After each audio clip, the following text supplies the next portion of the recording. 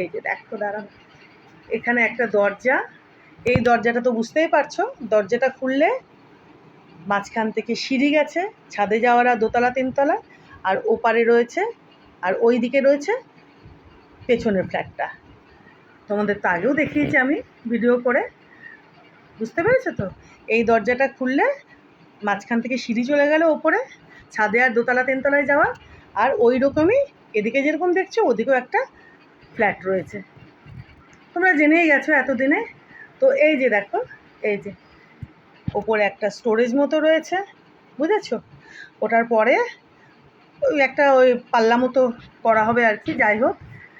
আর এই দিকে রয়েছে একটুখানি বসার মতো জায়গা, বুঝেছো? এইভাবে এটা বেডরুমও বলতে পারো, একটা খোলামেলা, মানে ধরো খুব মানে ক্লোজ কেউ আসলে পারে বাড়িতে, হয়তো এদিকে বসলো, বুঝেছো?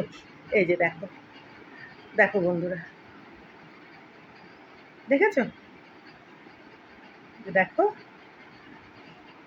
আর এইদিকে রয়েছে একখানা বাথরুম, যে বাথরুমটা আমার ছেলেই ইউজ করে বাড়িতে আসলে। এটাও তোমাদেরকে আগে আমি ভিডিও করে দেখিয়েছি, তাই তো? আর এখানে দেখো, এই যে এটা তোমাদের দেখিয়েছি কিনা কে জানে, এই যে দুখানা উট আমি কিনেছিলাম অনলাইনে, দেখো এই যে, আমি বোধহয় তোমাদের দেখাইনি, এটা কিন্তু ব্রাসের নয়, বুঝেছো? যে পেতল বলে যে, এই যে এখানে যে দুখানা উট দেখছো, এই দুখানা কিন্তু পেতলের নয়, বুঝলে বন্ধুরা? তো এটাও আমি অনলাইনে কিনেছি, এটা তোমাদের দেখায়নি। তো এই দুখানা উটকে আমি এখানে রেখেছি, বুঝেছো? এই যে দেখো, একটুখানি দেখিয়ে দিই তোমাদেরকে, এই যে